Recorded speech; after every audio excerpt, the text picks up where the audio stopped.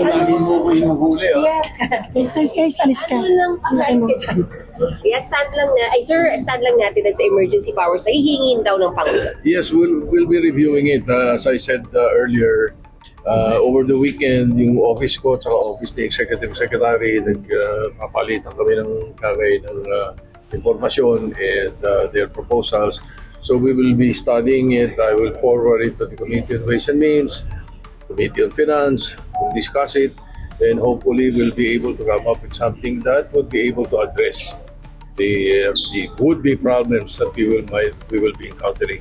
Can you walk us through the process? Will it be parang bill na i-hear? Of course, Parang yes. ganun, committee report? Well, yes, it will have to go through the three readings unless it is declared emergency. Then therefore, we'll do away with the 3-day rule. But again, depende sa mga pag-uusapan namin yan. But given there are just 2 weeks before the break, sir, SP, kaya pa ba yun? Kaya naman yan.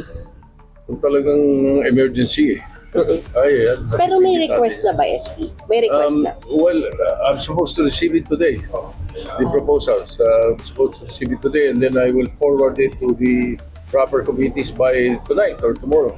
Okay. What committee will that be, SP? Ways and Means and Finance. And then And most probably Energy. maghihiring agad, SP? Yun pa yung usapan? Oo, yeah. Sir, may nananamantala ng mga players. Ano Yun po ang mensahe niyo? pinakamabigat sa lahat. Dapat siguro the authorities should look into these players who are abusing or using it already. Sabi ng Presidente, if I recall it right, there was, I think, or there is at least 2 to 3 months na reserve. So, bakit sasamantalahin ng iba? Di ba? Hindi pa naman tayo nangangailangan talaga totally. Well, we'll prepare for it. Basta kami, ang Senate ko, may tutulong namin sa Executive Department, you can be sure that we will do our best. Ipa-prioritize, SP, yung emergency Yes. powers? Yes, we will discuss it.